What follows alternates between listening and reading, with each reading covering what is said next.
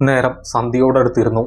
ദേവൂട്ടിയും അവളുടെ അമ്മ ശരണ്യയും വീട്ടിലേക്കുള്ള മൺവഴിയിലൂടെ തിരക്കിട്ട് നടക്കുകയായിരുന്നു. അമ്മേ, എൻ്റെ കാല് വേദനിക്കുന്നു, ദേവൂട്ടി ചിണുങ്ങിക്കൊണ്ട് പറഞ്ഞു. വേഷം കെട്ടെടുക്കാതെ നടക്കു പെണ്ണേ, ശരണ്യ ശകാരസ്വരത്തിൽ പറഞ്ഞു. അല്ലമ്മേ, ദേവൂട്ടിയുടെ കാല് ശരിക്കും വേദനിക്കുന്നുണ്ട്, നടത്തം പതുക്കെയാക്കിക്കൊണ്ട് ദേവൂട്ടി പറഞ്ഞു. അപ്പോഴാണ് ശരണ്യ ദേവൂട്ടിയുടെ കാലിലേക്ക് നോക്കുന്നത്. കാലിൽ ചെറുതായി നീര് വന്നിട്ടുണ്ട്. അത് കണ്ട് ആ അമ്മ മനസ്സ് വേദനിച്ചു. അവർ ദേവൂട്ടിയെ തോളിലെടുത്തു. 3ാം ക്ലാസ്സിൽ നിന്നും കൊണ്ടുപോയ ഒറ്റ ദിവസത്തെ പഠനയാത്ര കഴിഞ്ഞ് എത്തിയ ദേവിക എന്ന ദേവൂട്ടിയെ തിരികെ വീട്ടിലേക്ക് കൂട്ടി വരുന്ന വഴിയായിരുന്നു ശരണ്യ. ഇരുട്ട് വീണു തുടങ്ങിയ നടവഴിയിലൂടെ ഓരോ ചെറിയ ചലനങ്ങളെയും ശ്രദ്ധിച്ചുകൊണ്ട് അവർ നടന്നു. അമ്മേ, ദേവൂട്ടിക്ക് മൂത്രമൊഴിക്കണം, അമ്മയുടെ തോളത്തിരുന്നു കൊണ്ട് കുഞ്ഞ് ദേവൂട്ടി പറഞ്ഞു. എന്നാ നിനക്കിത് ഞാൻ എടുക്കുന്നതിന് മുന്നേ പറയാമായിരുന്നില്ലേ? ദേ ആ മറവിലേക്ക് പോയി ഒഴിക്കേ, ദേവൂട്ടിയെ തോളത്ത് നിന്നും ഇറക്കി ശരണ്യ പറഞ്ഞു. അമ്മ കൂടെ വാ, ശരണ്യ ചൂണ്ടിക്കാണിച്ച മരത്തിൻ്റെ മറവിലേക്ക് നോക്കിക്കൊണ്ട് നേർത്ത ഭയപ്പാടോടെ ദേവൂട്ടി തൻ്റെ അമ്മയെ വിളിച്ചു. അമ്മ ഇവിടെ തന്നെയുണ്ട്, മോള് പോയിട്ട് വാ, ശരണ്യ തൻ്റെ മകൾക്ക് ധൈര്യം നൽകി. അമ്മയുടെ വാക്കിൽ വിശ്വാസമർപ്പിച്ച് ദേവൂട്ടി ഇടയ്ക്കിടെ തിരിഞ്ഞു നോക്കിക്കൊണ്ട് മരത്തിൻ്റെ മറവിലേക്ക് നടന്നു. വർഷങ്ങൾ പഴക്കമുള്ള കൂറ്റൻ മാവിൻ്റെ ചുവട്ടിൽ ദേവൂട്ടി മുട്ടുമടക്കിയിരുന്നു. ഇരുട്ട് വീണിരുന്നെങ്കിലും വഴിയിൽ നിന്നാൽ ശരണ്യയ്ക്ക് ദേവൂട്ടിയെ കാണാമായിരുന്നു. ദേവു കഴിഞ്ഞില്ലേ? പ്രതീക്ഷിച്ചതിനേക്കാൾ കൂടുതൽ സമയം ദേവൂട്ടി എടുക്കുന്നത് കണ്ട് ശരണ്യ നേർത്ത ശാസനാസ്വരത്തിൽ ചോദിച്ചു. പക്ഷേ ദേവൂട്ടിയുടെ ഭാഗത്തു നിന്നും മറുപടി വന്നില്ല. അതോടെ ശരണ്യയ്ക്ക് പരിഭ്രമമായി. ദേവു, നീ കളിക്കാതെ എഴുന്നേറ്റ് വരുന്നുണ്ടോ? വിറയാർന്നു തുടങ്ങിയ ശബ്ദത്തിൽ തൻ്റെ മകളുടെ നേരെ ചുവടുവെച്ചുകൊണ്ട് ശരണ്യ പറഞ്ഞു. എന്നിട്ടും മറുപടിയൊന്നും വന്നില്ല. അതോടെ ശരണ്യയുടെ നടത്തം ഓട്ടമായി മാറി. അധികം അകലെയല്ലാതെ മുട്ടുമടക്കിയിരിക്കുന്ന തൻ്റെ മകളുടെ അടുത്തേക്ക് ശരണ്യ പാഞ്ഞെത്തി. ദേവൂട്ടി എഴുന്നേൽക്ക്, മകളുടെ തോളിൽ പിടിച്ചു കുലുക്കി ശരണ്യ വിളിച്ചു. അടുത്ത നിമിഷം ഇരുന്ന ഇരുപ്പിൽ ദേവൂട്ടി ഒരു വശത്തേക്ക് മറിഞ്ഞു വീണു. ശരണ്യയുടെ ഉച്ചത്തിലുള്ള നിലവിളി അവിടെ മാകെ അലയടിച്ചു. ദേവൂട്ടിക്ക് എന്താ പറ്റിയേ അമ്മേ? ആശുപത്രിയിൽ നിന്നും തിരികെ വരും വഴി ഓട്ടോറിക്ഷയിൽ ഇരുന്ന് ദേവൂട്ടി അമ്മയോട് ചോദിച്ചു. ഒന്നുമില്ല മോളെ, മോളൊന്നും മയങ്ങിപ്പോയി, അത്രേ ഉള്ളൂ കേട്ടോ, ശരണ്യ തൻ്റെ ഉള്ളിലെ പരിഭ്രമം മുഖത്ത് പ്രകടമാവാതിരിക്കാൻ പാടുപെട്ടുകൊണ്ട് പറഞ്ഞു. നടവഴിയിൽ വെച്ച് ശരണ്യയുടെ ഉച്ചത്തിലുള്ള നിലവിളി കേട്ട് ഓടിയെത്തിയ നാട്ടുകാർ ചേർന്ന് ഒരു ഓട്ടോ വിളിച്ച് ദേവൂട്ടിയെ ആശുപത്രിയിലെത്തിക്കുകയായിരുന്നു. തിരികെ വീട്ടിലെത്തുമ്പോൾ ആശങ്ക നിറഞ്ഞ മുഖവുമായി ശരണ്യയുടെ ഭർത്താവിൻ്റെ മാതാപിതാക്കൾ ഉമ്മറത്ത് നിൽപ്പുണ്ടായിരുന്നു. ഓട്ടോയിൽ നിന്നും ഇറങ്ങി വരുന്ന ദേവൂട്ടിയെ കണ്ടപ്പോഴാണ് അവർക്ക് ആശ്വാസമായത്. എന്താ പറ്റിയത് മോളെ? വീടിനകത്തേക്ക് കടക്കുമ്പോൾ ശരണ്യയോട് ഭർത്താവിൻ്റെ അമ്മ വസുമതിയമ്മ ചോദിച്ചു. ശരണ്യ നടന്ന സംഭവങ്ങൾ ദേവൂട്ടി കേൾക്കാത്ത രീതിയിൽ ശബ്ദം താഴ്ത്തി അവരോട് പറഞ്ഞു. എൻ്റെ ഗുരുവായൂരപ്പ, വടക്കൂട്ടെ മാവിൻ്റെ ചുവട്ടിലോ? എൻ്റെ കുട്ടിക്കൊന്നും വരാതെ കാത്തോണേ ഭഗവാനെ, വസുമതിയമ്മ നെഞ്ചിൽ കൈവച്ച് പറഞ്ഞു. നീ വെറുതെ ഓരോന്ന് പറഞ്ഞ് മോളെ പേടിപ്പിക്കല്ലേ, അതൊക്കെ ഓരോ കെട്ടുകഥകൾ നാട്ടുകാർ പറഞ്ഞുണ്ടാക്കുന്നതാണ്, വസുമതിയമ്മയുടെ ഭർത്താവ് ശേഖരൻ ഉപദേശരൂപേണ പറഞ്ഞു. പതിറ്റാണ്ടുകളായി ആ കൊച്ചു ഗ്രാമത്തിൻ്റെ വടക്കേ അതിരിൽ തലയുയർത്തി നിൽക്കുന്ന കൂറ്റൻ മാവ്, അതായിരുന്നു വടക്കൂട്ടെ മാവ്. അതിൻ്റെ 1.5 ആൾ പൊക്കത്തിൽ നിൽക്കുന്ന ബലമുള്ള ശിഖരത്തിൽ തൂങ്ങി മരിച്ചിട്ടുള്ളവരുടെ എണ്ണം എത്രയെന്ന് നാട്ടുകാർക്ക് പോലും നിശ്ചയമില്ല. പണ്ടെങ്ങോ ഒരു കുടുംബവഴക്കിനെ തുടർന്ന് ഒരു കുടുംബനാഥനാണ് ആദ്യമായി ആ മാവിൻ കൊമ്പിൽ കയർക്കോർത്ത് സ്വജീവൻ വെടിഞ്ഞത്. അതിനുശേഷം അഗ്നികുണ്ഡത്തിലേക്ക് ഷഡ്പദങ്ങൾ ആകർഷിക്കപ്പെടുന്ന പോലെ മരിക്കാൻ തീരുമാനിച്ചവർ അവിടേക്ക് ആകർഷിക്കപ്പെടുകയായിരുന്നു. എന്തിനേറെ അയൽഗ്രാമങ്ങളിൽ നിന്നും ദൂരദേശങ്ങളിൽ നിന്നും ഉള്ളവർ പോലും വന്ന് ആ മാവിൻ കൊമ്പിൽ സ്വന്തം ജീവൻ ബലികഴിച്ചിട്ടുണ്ട്. അങ്ങനെ വടക്കൂട്ടെ മാവ് കുപ്രസിദ്ധമായി. ഒരിക്കൽ നാട്ടുകാരെല്ലാം ചേർന്ന് ഒരു കർമ്മസമിതി രൂപീകരിച്ച് മാവ് വെട്ടിമാറ്റാൻ തീരുമാനിച്ചു. മാവിൻ്റെ ചരിത്രം അറിയാവുന്നതുകൊണ്ട് മരം വെട്ടുകാരായ ആരും മാവ് വെട്ടാൻ തയ്യാറായില്ല. നാട്ടുകാർ കുറേ അന്വേഷിച്ചതിൻ്റെ ഫലമായി അവർ തങ്കച്ചൻ എന്ന ഒരു മരം വെട്ടുകാരനെ കണ്ടെത്തി. അയാൾ മരം വെട്ടാൻ തയ്യാറാവുകയും ചെയ്തു. മാവ് വെട്ടാൻ തീരുമാനിച്ച ദിവസം ഒരു വഞ്ചനക്കൂട്ടം തന്നെ അവിടെ തടിച്ചുകൂടിയിരുന്നു. ഒരു വീരനായകനെ പോലെ മാവിൻ്റെ കടക്കൽ കോടാലി കൊണ്ടുവെട്ടിയ തങ്കച്ചൻ അടുത്ത നിമിഷം ബോധരഹിതനായി പുറകോട്ട് മറിഞ്ഞു വീണു. ആശുപത്രിയിലെത്തുമ്പോഴേക്കും തങ്കച്ചൻ മരണപ്പെട്ടിരുന്നു.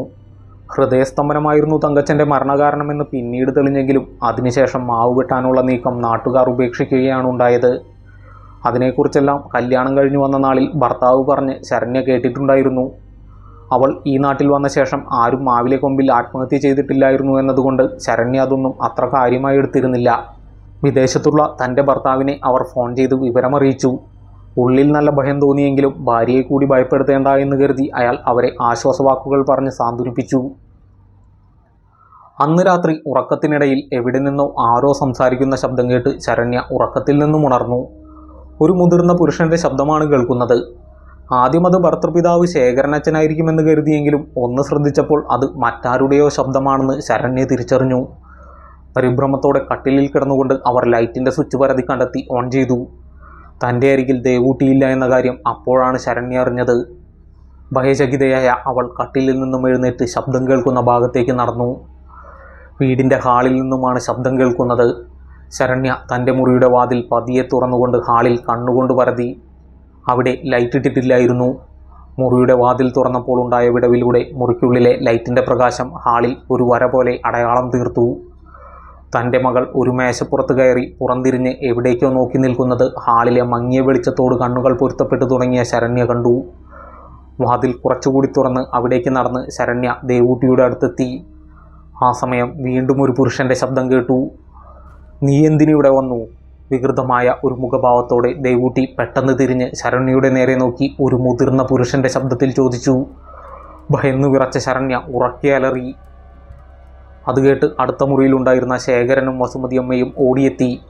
അടുത്ത നിമിഷം ദേവൂട്ടി ബോധരഹിതയായി മേശപ്പുറത്തേക്ക് വീണു. ഹാളിലെ ലൈറ്റ് ഓൺ ചെയ്ത് അവിടേക്ക് വന്ന ശേഖരനും വസുമതിയമ്മയും എന്താണ് പ്രശ്നമെന്ന് പലതവണ ചോദിച്ചെങ്കിലും പകച്ചുപോയ ശരണ്യയ്ക്ക് കുറച്ചു നേരത്തേക്ക് ഒന്നും സംസാരിക്കാൻ കഴിഞ്ഞില്ല. അതോടെ അവരും പരിഭ്രാന്തരായി. മേശപ്പുറത്ത് കിടക്കുന്ന ദേവൂട്ടിയെ താങ്ങിയെടുക്കാൻ തുടങ്ങിയ ശേഖരനോട് താൻ കണ്ട കാര്യങ്ങൾ ശരണ്യ വിക്കി വിക്കി പറഞ്ഞു. അത് കേട്ട് വസുമതിയമ്മ തൻ്റെ ഭർത്താവിനെ ഒന്ന് പാളി നോക്കി. അതോടെ അയാളുടെ മനസ്സിലും ഭയത്തിൻ്റെ വേലിയേറ്റം രൂപപ്പെടാൻ തുടങ്ങി. എങ്കിലും അത് പുറത്തു കാണിക്കാതെ അയാൾ ദേവൂട്ടിയെ താങ്ങിയെടുക്കാൻ മുന്നോട്ടാഞ്ഞു. അടുത്ത നിമിഷം "മാറി നിൽക്കടാ" എന്ന് ഒരു പുരുഷൻ്റെ ശബ്ദത്തിൽ അലറിക്കൊണ്ട് ദേവൂട്ടി ശേഖരൻ്റെ മുഖത്തേക്ക് ആഞ്ഞടിച്ചു. 60-നടുത്ത് പ്രായമുണ്ടായിരുന്നെങ്കിലും 6 അടിക്കടുത്ത് പൊക്കവും അതിനൊത്ത ശരീരവും ഉണ്ടായിരുന്ന ശേഖരൻ ആ 7 വയസ്സുകാരിയുടെ പ്രഹരമേറ്റ് പുറകോട്ട് മലർന്നടിച്ചു വീണു. അല്പനേരത്തേക്ക് ശേഖരൻ്റെ കണ്ണിൽ ഇരുട്ട് കയറിപ്പോയി. അത് കണ്ട് അയ്യോ എന്ന് ഉറക്കെ നിലവിളിച്ചുകൊണ്ട് വസുമതിയമ്മ തൻ്റെ ഭർത്താവിനെ താങ്ങി എഴുന്നേൽപ്പിക്കാൻ ശ്രമിച്ചു. അതെല്ലാം കണ്ട് ശരണ്യയ്ക്ക് തൻ്റെ ദേഹം തളരുന്ന പോലെ തോന്നി. അവൾ ആലില പോലെ വിറയ്ക്കാൻ തുടങ്ങി. ഭാര്യയുടെ സഹായത്തോടെ എഴുന്നേറ്റ് നിന്ന ശേഖരന് ഒരിക്കൽ കൂടി ദേവൂട്ടിയുടെ അടുത്തേക്ക് ചെല്ലാൻ ധൈര്യം വന്നില്ല. 3 മുതിർന്ന വ്യക്തികൾ ആ കൊച്ചുബാലികയ്ക്ക് മുന്നിൽ എന്ത് ചെയ്യണമെന്നറിയാതെ പകച്ചു നിന്നു. ഉള്ളിൽ ഭയമുണ്ടായിരുന്നെങ്കിലും വസുമതിയമ്മ ദേവൂട്ടിയുടെ അടുത്തേക്ക് പതിയെ നടന്നെടുത്തു.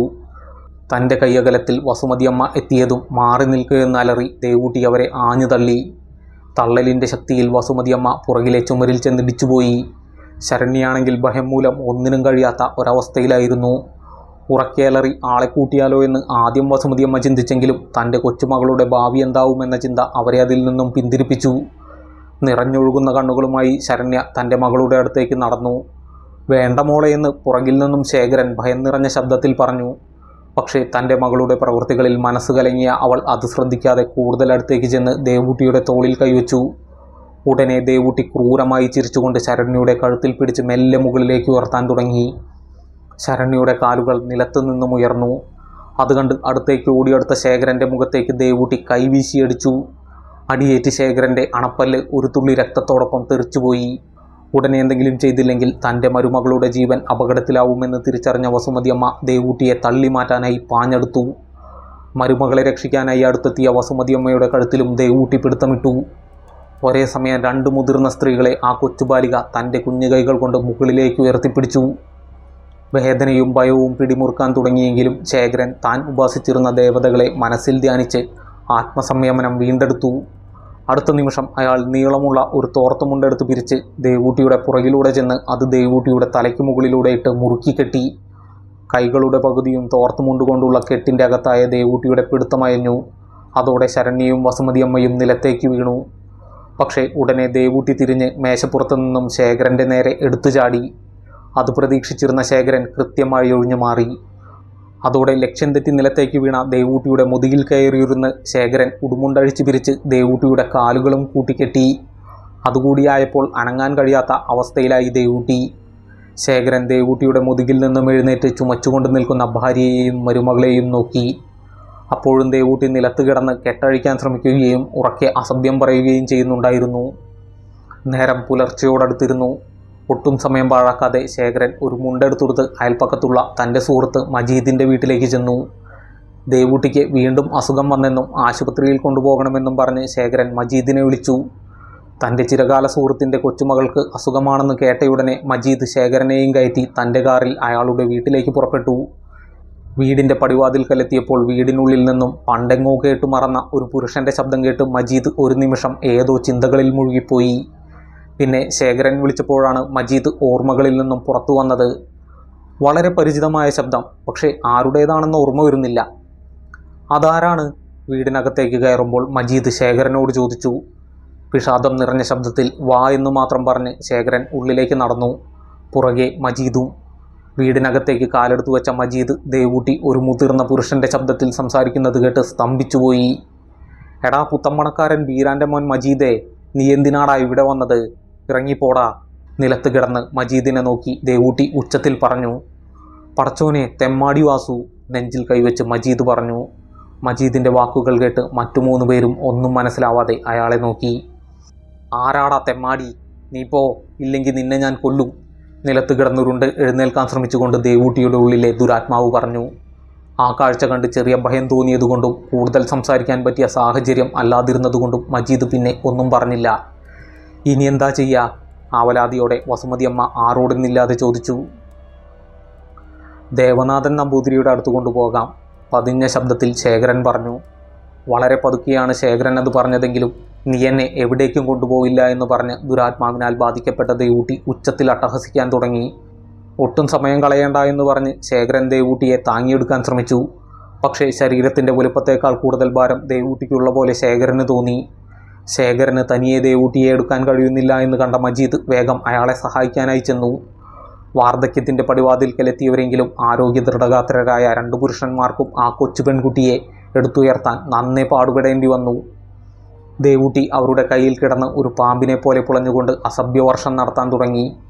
വീടിൻ്റെ പുറത്തേക്ക് കടന്ന് ശരണ്യയും വസുമതിയമ്മയും കാറിൻ്റെ പിൻസീറ്റിൽ കയറിയിരുന്നു. അവരുടെ കണ്ണുകളിൽ നിന്നും കണ്ണുനീർ ധാരധാരയായി ഒഴുകുന്നുണ്ടായിരുന്നു. മജീദും ശേഖരനും ചേർന്ന് ദേവൂട്ടിയെ അവരുടെ മടിയിൽ കിടത്തി. അതിനുശേഷം ഉടനെ മജീദ് കാറിൽ കയറി. തൻ്റെ തൊട്ടരികിലെ സീറ്റിൽ ശേഖരനും കൂടി ഇരുന്നയുടനെ മജീദ് കാർ സ്റ്റാർട്ട് ചെയ്ത് മുന്നോട്ടെടുത്തു. തങ്ങളുടെ മടിയിൽ കിടന്നു പുളയുന്ന ദേവൂട്ടിയെ അടക്കി നിർത്താൻ ശരണ്യയ്ക്കും വസുമതിയമ്മയ്ക്കും കഴിഞ്ഞില്ല. അതേസമയം കൈകാലുകൾ ബന്ധിപ്പിക്കപ്പെട്ടിരുന്നതുകൊണ്ട് ദേവൂട്ടിയിലെ ദുരാത്മാവിനും മറ്റ് ആക്രമണമൊന്നും നടത്താൻ കഴിഞ്ഞില്ല. നേരം പുലർച്ചയോടടുത്തിരുന്നു. ദുരാത്മാക്കൾ ശക്തി പ്രാപിക്കുന്ന സമയം. കാർ നാട്ടുവഴിയിലൂടെ മുന്നോട്ട് കുതിച്ചു. കുറച്ചു ദൂരം പിന്നിട്ട് കഴിഞ്ഞപ്പോൾ വസുമതിയമ്മയും ശരണ്യയും വാവിട്ട് കരയാൻ തുടങ്ങി. അത് കേട്ട് പുറകിലേക്ക് തിരിഞ്ഞു നോക്കിയ ശേഖരൻ ഭയന്നു വിറച്ചുപോയി. കാറിനകത്ത് മലർന്നു കിടന്ന് ദേവൂട്ടി കാലും തലയും സീറ്റിൽ കുത്തി നടുമുകളിലേക്ക് വളച്ചു നിൽക്കുന്നു. ആ കുഞ്ഞുമുഖത്ത് ഭീകരഭാവങ്ങൾ മിന്നിമറിഞ്ഞുകൊണ്ടിരുന്നു. ഒപ്പം മുന്നോട്ട് നീങ്ങി വാതിൽ കടിച്ചു തുറക്കാനും കുഞ്ഞു ദേവൂട്ടി ശ്രമിക്കുന്നുണ്ടായിരുന്നു. കാറിനുള്ളിലെ കണ്ണാടിയിലൂടെ ആ കാഴ്ച കണ്ട മജീദും ഭയന്നുപോയി. വടക്കൂട്ടെ മാവിൻ്റെ അരികിലെത്തിയ നിമിഷം മുതലാണ് ഈ മാറ്റങ്ങൾ കണ്ടു തുടങ്ങിയത് എന്ന് മനസ്സിലാക്കിയ മജീദ് കാറിൻ്റെ വേഗത വീണ്ടും വർദ്ധിപ്പിച്ചു. ഏതാനും നിമിഷങ്ങൾക്കകം കാർ മാവിൻ്റെ സ്വാധീന വലയം പിന്നിട്ട് ഒരു വളവ് തിരിഞ്ഞ് റോഡിലേക്ക് കയറി. അതോടെ ദേവൂട്ടിയുടെ പരാക്രമം അല്പമൊന്ന് ശമിച്ചു. തിരക്ക് തീരെയില്ലാത്ത റോഡിലൂടെ കാർ കുതിച്ചു പാഞ്ഞു. ഈ വേഗത നിലനിർത്താൻ സാധിച്ചാൽ കഷ്ടിച്ച് 1 മണിക്കൂർ നേരം കൊണ്ട് ദേവനാഥൻ നമ്പൂതിരിയുടെ ആശ്രമത്തിലെത്താൻ പറ്റുമെന്ന് മജീദ് കണക്കുകൂട്ടി. പ്രതീക്ഷിച്ച പോലെ തന്നെ സൂര്യോദയത്തിനു മുന്നേ അവർക്ക് ആശ്രമത്തിലെത്താൻ കഴിഞ്ഞു. സമയം പുലർച്ചെ 5 മണിയോടടുക്കുന്നതേ ഉണ്ടായിരുന്നുള്ളൂവെങ്കിലും ആശ്രമത്തിനു മുന്നിൽ ഒരു നീണ്ട വരി രൂപപ്പെട്ടിട്ടുണ്ടായിരുന്നു. കാർ പാർക്കിങ്ങിൽ നിർത്തി മജീദ് ശേഖരനെ കുടുംബത്തോടൊപ്പം ഇരുത്തി തനിച്ച് ആശ്രമത്തിലേക്ക് പോയി. ഏതാനും നിമിഷങ്ങൾക്കകം ആശ്രമത്തിലെ പരികർമ്മികളെയും കൂട്ടി മജീദ് തിരികെ എത്തി. സൂര്യോദയത്തോട് അടുത്തിരുന്നതുകൊണ്ടോ എന്തോ ദേവൂട്ടിയിലെ ദേഹത്തെ ദുരാത്മാവ് ദുർബലമായിരുന്നു. അതുകൊണ്ട് തന്നെ അവർക്ക് ദേവൂട്ടിയെ കാറിൽ നിന്നും ആശ്രമത്തിലേക്ക് കൊണ്ടുപോകാൻ അധികം ബുദ്ധിമുട്ടേണ്ടി വന്നില്ല.